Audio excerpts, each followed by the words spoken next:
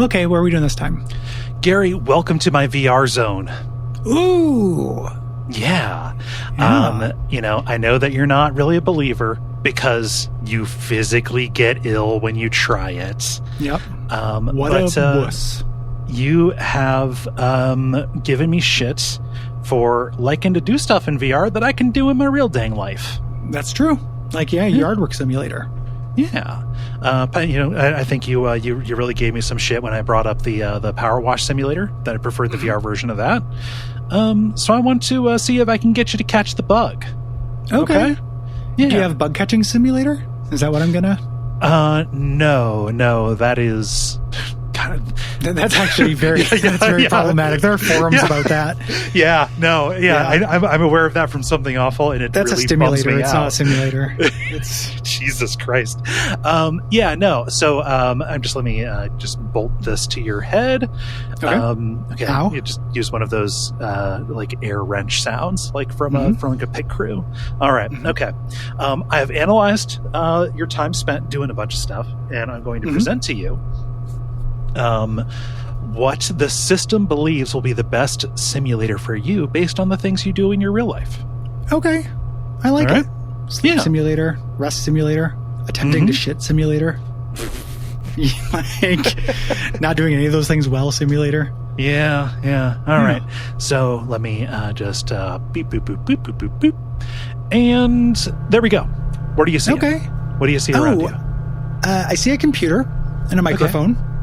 All right. And I see a desk. There's a bunch of toys on it. My phone, my water bottle's here. Okay. And a bunch of games. My Steam window's open. Okay. What? Okay. Yeah. Well, that's weird. This must be some kind of like launcher or whatever. Yeah. Well, let me try it. Let me try doing the virtual. I'm going to play Wasteland 3 a little bit. Okay. In the virtual thing. Yeah. All right. Okay. I kind of get it. Yeah. This is fun. Gary, it says that it's a game. Gary, I think what you've wandered into is a gamer simulator.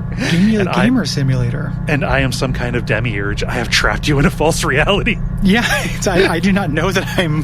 Yeah, that would do it. Yeah. Yeah, well, shit. Yeah.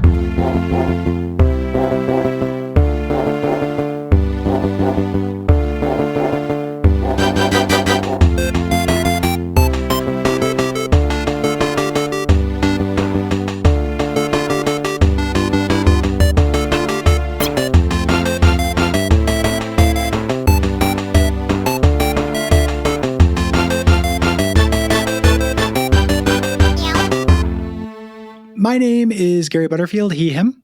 My name is Kay Ross, she, her. And you're listening to Abject Suffering, where we are now legally obligated to inform you that it's illegal to take a screenshot of our sad ducky, Duckfeed NFTs, and resell them on the Facebook Marketplace. Dirty pool, guys. Come on. Straighten up. All right. We own them. Mm-hmm. And this week we're talking, this is a K pick. I just went to my list of stuff that stuck out to me, and I was like, it's been a while since I've done a dumb simulator. I'm real sorry, Gary. It's okay. I think there's a little bit more to talk about with this. This is kind of interesting, almost. Just about. There's not an awful lot to it, but we can talk about what this is.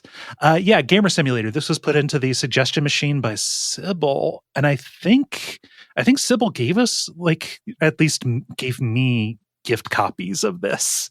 Like, this was already in my library, and I wouldn't have bought this. Yeah. So it doesn't like make a great 99 first impression if you just look at it. No, nothing about it is good. And it's just 99 cents, but I can't recommend you buy it. No, God, no. We're going to spoil the kind of idea and joke behind this, but like, if this just had more work put into it, this was 10 years ago. Yes. It's a 10-year-old game. If this were still in development and they were adding things to it, there's something here that's kind of interesting. Yes. But it does not pay off on it, I think. This one person is not equipped, I think, to deliver on what this is. Yeah. It's kind of delightfully meta as an idea. Right. Yeah. You start out in a Unity zone, and you are locked in. And you go to your computer to play a game. You have 3 meters: a cheeseburger, water, and a controller. Yeah. And those are your 3 things, and they drain rapidly. They drain so fucking fast. Yeah, I died of thirst in this game more than I have in any survival game. None of the games have water. Yeah. Yeah. Yeah. Because when your avatar, so you go and you set on the game, play on the couch, and it starts one of 3 games of different genres, which I think is a clever idea. Yeah. If this had tons of genres, this is kind of a cool idea. Yeah. So when you sit down at the computer, it will pull up a random game, and you've got to accomplish a goal within that game in order to get a key that will unlock the room, Silent Hill 4, the room-esque prison. Yes. To bring you into just another room that has the same thing. Okay. Yeah. I because of the aforementioned burn rate on the thirst meter specifically, I didn't win at any of these. So the games are woefully unbalanced. There's 3 of them. There's the one that's easiest is the shooter. It's a zombie shooter, and I found water. Like water spawned in that map. So I didn't die of thirst. No fucking water spawned. It's also a dark map. It's kind of like, what if Slender the Return was a shooter? Also, like the enemy asset that they have coming at you is just bald Slavic guys in tracksuits. When you shoot them, they become just the lower waist of a bald Slavic guy in a tracksuit, like just the business half. That one had water for me, so I went to the next room, but the next room was the same thing. I was expecting there to be another set of 3 games. There's not. No, it's just those. So there's that shooter. It's really easy because stuff just runs at you from wherever it is in the map. It's easy to get surrounded on it. But if you treat it like a Vampire Survivors, you're probably fine. Yeah. If you just work backwards. There's a platformer in which you're jumping all the time. It's it's most similar to that Pringles game that we played for the Genesis, where your character is kind of like auto bouncing, and you have to move in the middle of the bounce, like up and down these platforms. Yep, and it's fine, but you have to have water. There's one you have to have water. There's the last pickup and the water power up that you would need are on a platform that is so high up. I had no idea how to get to it. Yeah, I did not unlock it. No. And then the weirdest choice of all is the third one is a Fez. It's a Fez-alike. Yeah, it does the rotation thing that Fez does. I'm sure it doesn't have like the big ARG, ooh, I'm clever, I'm Phil Fish, like puzzle to it. But it's a Fez-like. It's a platformer where you can turn this like tower in 4 different directions. Yeah. And it has really bad jump controls. And it's hard. Like it's very difficult. You need water. And you have to kind of puzzle out where to go, but these meters are draining incredibly rapidly. Like I could not make any progress in that one. So rapidly that in the in the shooter, like what happens is like when you grab a pickup, like that item just like appears in the real world on the screen because like you can see your controller, you're playing the player of these appears, and then like you're a munching sound and the screen warps for like just enough time to burn more of whatever meter you're most worried about, and for enemies to catch up to you. Yeah. And the only thing we talked about those 3 meters, we have hunger and thirst, which we get through playing games. And then your boredom, which is the controller, which did you start a game and not do anything? No, I didn't. You die of boredom. Your controller drains and your character dies because you're not playing a game, which I think is kind of funny. That is funny. Yeah, I'm a gamer. I got a game.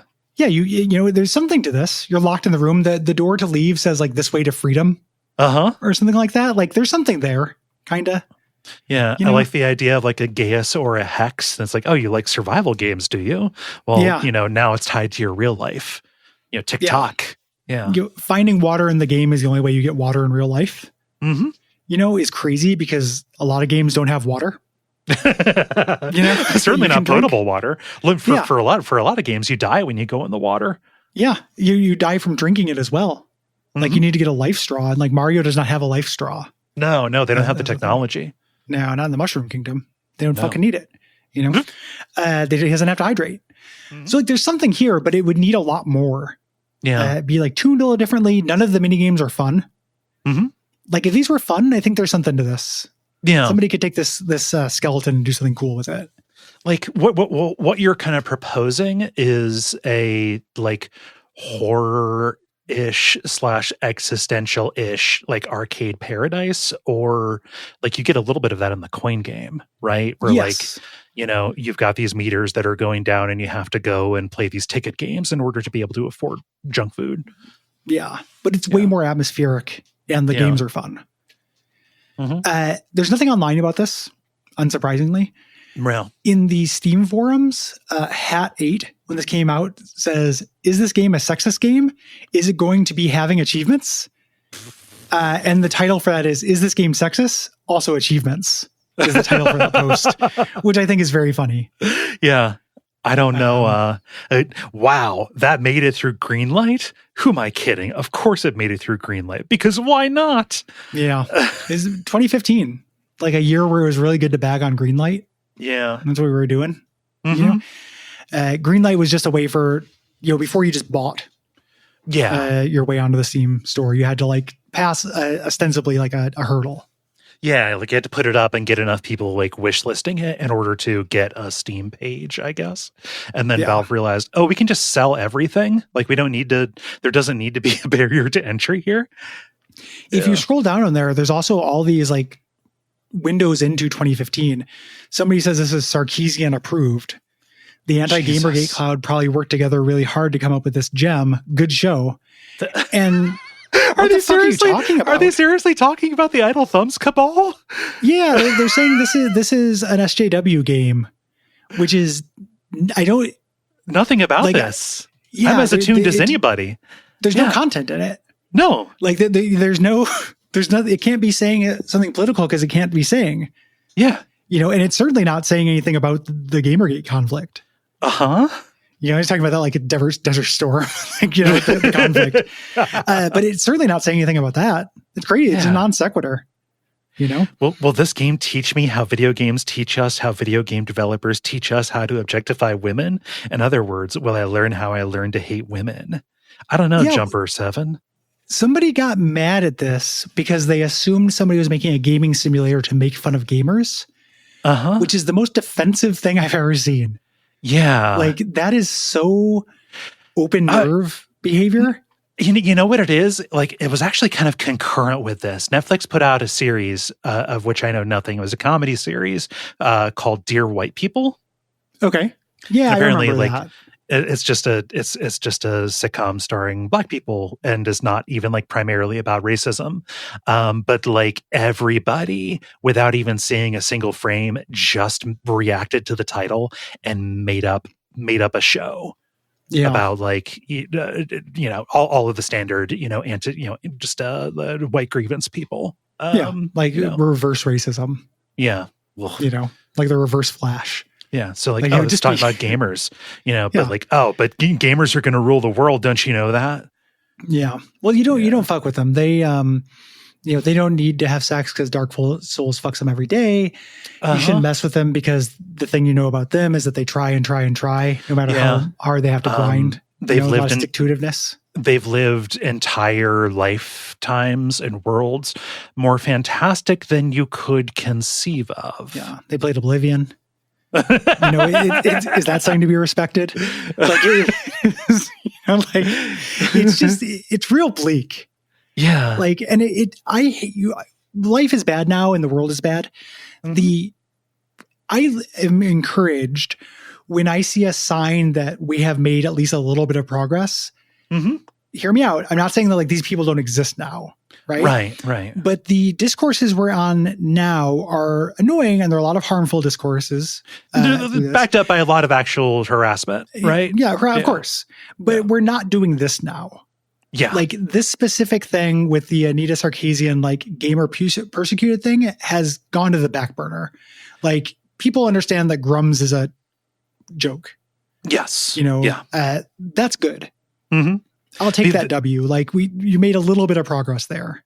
Yeah, like so like they're trying to make this happen, but all that exists for is the grift. The only audience for any of that shit is somebody who wants to participate and try and glean money themselves by being, the N-word gamer, like we joke about, right? So like it's basically just a pyramid scheme.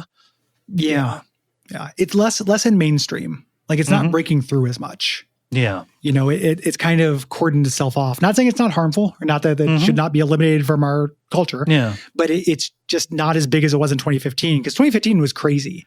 I don't know. I don't know about big. I think it's like weirdly like more focused and less diffuse, right? Like I don't know that you're going to get you're going to get people going in and, you know, putting on a bunch of armor to fight an ice cream sundae like this. Yeah. You know, specifically about it. Like it is specifically directed campaigns. Like I'm thinking about people who threw a fucking fit because that Assassin's Creed game had a black person in it, right? But it goes away though. Like it doesn't feel like a sustained campaign. Like that happens, they get real mad and then nothing happens. Yeah, yeah. You know, because obviously they're wrong, you know, about it. Like it's not about that. Yeah. You know, that just wasn't a super good game. Yeah. You know, and then like a lot of the, you know, the go woke, go broke stuff, it just like makes tons of money because nobody cares because it's a fake reality. Yeah. You know, that they live in. They're living in a constructed reality. So like that's kind of nice. Yeah, that is kind of nice. It's nice. Like, I also think that a little bit of this happened because like the gamer identity movement or whatever, like it just that just got folded in with like fascist shit. Like gamer capital G is a political block now. Yeah, and like they like focus on other things. They focus on policy. That they run on. Yeah, no, they're real real wonks is what they are. Yeah, they're beltway wonks. Yeah, but like it is not like an insurgent movement within people who are otherwise consumers of video game media. Video game media doesn't fucking exist anymore. Yeah, you know. So, yeah. Oh, way to damper my thing. I was kind of okay with. No, I'm just feeling refreshed about. No, it is worse. I agree. Sorry, no, I'm just this is quaint. This does this does feel quaint, and it is a reminder of a time when it felt like it was. I don't know. I look back at this and think, man, we thought this was bad. Like it was bad. It was so bad for so many people. Like just the fact that just Gamergate was the predecessor for fucking everything we live through right now. Like as you know, we're looking at the abscess. The abscess has broken and it's in the bloodstream now, right? Yeah. I'm grateful for fresh hells. Yes, I guess more than anything. The that kind of moving on. Like I hinted at digression during this. Are you familiar with the 2005 reality TV series Who's Your Daddy? No, I'm not. It's nuts. They only aired one episode. The idea was they had a lady who was adopted. And then they had 8 men who claimed and pretended to be her father. If one of them fooled her, they got $100,000. Oh my God. And it begins with this supercut of just Tim and Eric's side character, old men, just going, I'm your father. And it just cuts from Tim and Eric, old man and I really wish this ran for like a season so I could stitch together all of those. And you just saw like an extra in an HR training video going, I'm your father, and just click between them and fucking hypnotize yourself with just these old men. But what a cruel TV show. Yeah. Oh my. So like, was the real father actually in there or was it just, they threw him in the mix and he agreed to this. What a monstrous thing. Holy shit. Well, and so did the daughter too. Yeah. God, good Lord. Cause she has a 1 in 8 chance of finding her father. Like what kind of Running Man bullshit is this? Yeah. So like so say you're wrong, say that you get the right guy. Do they get the $100,000? But then they have to continue being that grown woman's dad. Like you gotta go. You gotta go play catch. Yeah, they have to maintain the masquerade. I don't know what happens then because they only showed one pilot of it, and I haven't actually watched an episode of this show. Okay, I just learned about it.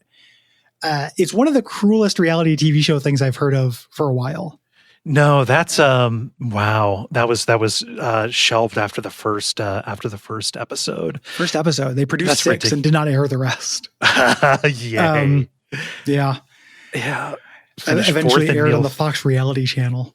Yeah. After the pilot finished fourth, Fox decided not to broadcast the other 5 episodes. Fourth is not necessarily terrible. They must have largely known. critical reception. Okay. Like there was a grassroots campaign among adoptive parents and protest from national adoption organizations. Yeah. This is one of those things that supports the theme that I want to work into a piece of literature that adopted children aren't real children. Okay. That I haven't been able to I haven't been able to make. I want to find some art that says that. So I had to be the change. This was that a little bit. This was this is a window into reality in which that was able to be to happen. It's like, so like with The Bachelor or anything of that ilk, like, we're looking for love. Like the premise is at the end, there's supposed to be a marriage or whatever, but it's for the show. It is manufacturing a life-defining event in this kind of kayfabe. Like that is gross. And I think ultimately pretty bad for everybody involved in both production and consumption. But like finding out that you're adopted and also deciding to give a child up for adoption, like those are actual life-defining, like cornerstone deals. This actually happened. It's not something made up for funsies. That is fucking just make wild it happen. To me. It's more traumatic than a wedding. Yeah. The person who came up with this, the inventor of this, presented by Finola Hughes, executive producers. There's no creator on this. Nobody takes credit for it. Nobody. Yeah. Have they been sealed in a lead vault for coming up with this? I almost guarantee they just made other horrible reality shows. Yeah. Like it was just kind of the style at the time. Yeah. But it's like the cruelest premise. Yeah. I've seen. And when I was watching, I was looking at this thing about old reality shows. This is how I found out about Knights and Warriors. I saw 2 other ones, one of which I think is a good version of this, that I think is funny. Okay. And then one of them I just wanted to remind you of. Do you remember the TV show Mr. Personality? No, I do not. Mr. Personality. Yeah. Google image search Mr. Personality reality show. A Google image search. Okay. Wait. Yeah. Because you had to see the masks they made the bachelors wear. Oh my God. The idea was the bachelorette just had to get to know them for their personality. Okay. But the way they decided to do this was have all these men in suits wear Dr. Doom masks. It's like, which of these 16 Dr. Dooms are you going to date? Yeah. Like, almost literally. But also like you get to see 2 major things about a person. This does not obscure. Eventually, I think this would be that this landed on like Dating in the Dark is kind of a similar premise to this. Yeah. Right? A less disturbing one, like one that doesn't activate your fight or flight when you watch it. Yeah, it's not. Oh God, and they're all the same color too. Yeah, it's straight up a Dr. Doom mask missing a chin, but like you can still see like, oh, they can cut a figure in a tuxedo. Yeah, right. Yeah, and also it's like not going to go into body positivity. Yeah, not that kind of personality. Is what degree of handsome are they? And you can see their teeth. Yeah, right. That's true. Like, yeah. Oh, Monica Lewinsky hosted this? You talk about burying the fucking lead. Yeah. Yeah. Monica Lewinsky hosted this. Poor girl. I want a real version of this where you have 2 of them, but it's just MF Doom and Dr. Doom. And they just sneak into the cast. So like you have a chance of getting the rare pick, like the Chase blind box. And you accidentally pick MF Doom. Then do you also have to die under tragic circumstances? In this reality, MF Doom's alive. Okay, he's alive. Just because if I'm wishing. Wait a minute. So you get a bunch of people all in the MF Doom mask, and the woman has to identify the real MF Doom? No, she just gets to pick who she wants to date. Okay. And if she picks MF Doom, Yahtzee. Okay. The only thing I learned about this show, other than just the disturbing mask, is one of the guys gets rejected, and he took off his mask against the rules to show her the face she was rejecting. And it unsurprisingly did not work. He was like, oh, you got rid of me? And then he pulls this off. He's like, I'm pretty handsome. And she's just like, no. Yeah, no. Got disqualified. Asshole. I love it when somebody breaks the rules like that. It's great. Always funny. It's really good.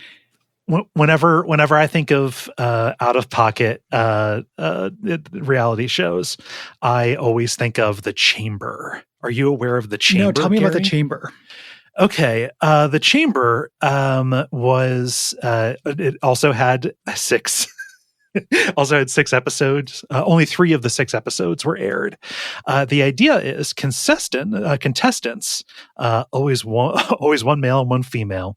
They have to go inside the chamber, which is basically like a torture chamber. Okay, welcome to the torture level. Is what it is. So like as you answer, so it would it would heat up, like pain was applied to them, and they had to like keep their blood pressure and their pulse down to continue going. So like it would just keep ratcheting up as they went. And so like it's a show specifically designed to hurt people. And like it was you go into your cave like in Fight Club. Yeah. So that's it's like how you resist the chamber. Yeah. So the conditions, you have to answer 25 questions, and there's a hot chamber and a cold chamber. Both have wind gusts of up to 40 miles per hour, air cannons, simulated earthquakes increasing in intensity, electrodes contacting the player's muscles, oxygen levels gradually descending to 70 degrees. In addition to temperatures getting as high as 150 degrees or as low. The action level is how they made Deadpool. Yeah. Like in the Deadpool movie. That's how you get a Deadpool. Yeah. That's how you get Deadpool. Yeah. Yeah. That really feels like a hat on a hat that you have to keep your heart rate down. Yeah. Like it just seems like answering the question should be hard enough. Like that's kind of Hot Ones. A little bit. A little bit. And like, that's fine, I think. I mean, it sucks. But having to stay calm during it is nuts. Yeah. Yeah. Yeah. It's a totally different skill set. This is also basically identical to The Chair, where it's a chair. It's a chair that hurts you. Okay, and how long do you stay in that chair? Yeah, hosted by John McEnroe. Yeah. Okay. Yeah. Good. I'm in favor. This is all dark and bleak, and it's very funny to me. The good version of Who's Your Daddy that I saw, I can't remember what it's called, but the contestant was a bachelorette, and she was in on it, and an actor played her fiance. Okay. And the actor was a big comic book slob, like with his hands, did all this stuff. And they had to do the engagement and get all the way to the I do without their family, like selling it to their family. Like, wait. So like, it was to trick the family. Like we are both in this. Like she's, she is just a lady reality television show contestant. Is the slob? Is he an actor? Or is he just a guy? Okay. No, he's a guy. At first it felt just real mean-spirited. Like, can you fool your family into thinking you're marrying a fat guy? Like that's what it looked like. But no, he's an actor. Okay. Who's lummox maxing. And they come up with like scenarios. Yeah. They come up with scenarios and they just show the family reacting to it. And they have to trick the family. I love that. Yeah, it's pretty funny. And because no harm, no foul. The family gets freaked out because they don't like who you're marrying. But like at the end, you didn't marry them and you just got a bunch of money. And they just looked like idiots. What what was fun. What was this called? I can't remember. Oh. Yeah, it's Problem Fiance or Nightmare Fiance, maybe. Okay. It might be Nightmare Fiance. Okay. My Nightmare Fiance. Something like that. YouTube, Nightmare Fiance abused toddler. I don't think this is the one. That's a totally different reality show where they abuse toddlers. That one didn't even make it to air. No. Yeah. Huh. There wasn't a game to it. A Bride's Nightmare. That's a TV movie. Yeah, there was no game. It was really just horrible. They could never find where they were. They could never find where they were filming it. They would keep trying to track the signal. When getting contestants was super tough. Oh yeah, nobody wanted to do it, and this was during the time of reality shows where people were volunteering honey's boo boo. Yeah, people and toddlers and tiaras. They were putting those toddlers in tiaras. There were people who were volunteering to go on Who's Your Daddy? Yeah, but they couldn't get somebody to do Toddler Nightmare or whatever. Yeah. Who's your toddler? Toddler. Where it's a bunch of babies trying to convince a mom that it's their baby. They take the baby at birth and then they mix it up with 12 different babies and the baby wins if they can fool her. That's got legs. Yeah. No, just call it maternity word mix up. Yeah. I love it. I don't know. Cruel reality shows, like, the line between what you can make up and what actually happened isn't very thick. No. They Yeah. did make a room that would kill a person and then make them answer trivia questions inside of it. Yeah. It's pretty great. Mhm. I'm kind of excited. Fear Factor is coming back with Johnny Knoxville. Oh, I just like Johnny Knoxville. Yeah, no, he's fun. He's fun to watch, and he'll do all the things. Mm-hmm. Like, it's not like Joe Rogan, who has like no charisma on that show, and even putting aside his evil, controversy acknowledged, like worse than controversy acknowledged, great evil acknowledged. But he was just short and just said things. Like, he wasn't charismatic on that show, and he was not going to eat a beetle. No, fuck no. Yeah, but Johnny Knoxville will eat a fucking beetle. No, Johnny Knoxville will eat a beetle like on the way to the set. Yeah, like for sport. Mm-hmm. Yeah, he'll eat Ringo and George. What should people do if they like this show? If people like the show, they can go to patreon.com/Duckfeed.tv and support us. The only reason we're able to do as many shows as we do is because you have been so generous with us. You get stuff in in return, whole bonus shows and things like that. But you keep us going. Yeah, we really appreciate it. Lets us keep our producer employed, Gwen. Big thanks to Gwen. And if you can't patronize us, we understand. Even though it is only like $1.25 a week, but you can do. I mean, it is less than. No, I gotcha. You can't buy anything for that now. But you can leave us ratings, reviews in Apple Podcast Addict. Mm-hmm. Yeah, and that's great. That also helps. It lets people learn about it. Yeah, and that helps us grow. Mm-hmm. If you're listening to this when it comes out, this weekend is, is it? Yeah, no, this weekend, the 12th, December 12th through the 14th is Duckstream, streaming for 48 hours to raise money for Point of Pride, an organization that provides just like actual direct financial aid to trans people needing healthcare services. Yeah, good cause. Yeah. Our first year partnering with them, so it'd be nice if we made a good showing. Yeah. If you're able to give, please do. If you're not able, please spread the word. Yes. As usual. Until next time, what should they do, Kay? Until next time, they should remember to have opened this tab and refreshed it, because for some reason the size gets all weird. You closed it? No, I didn't close it.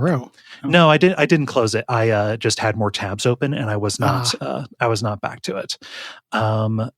Let's see here. This has been Abject Suffering, where we're not too afraid to admit that Walter Mondale was right the whole time.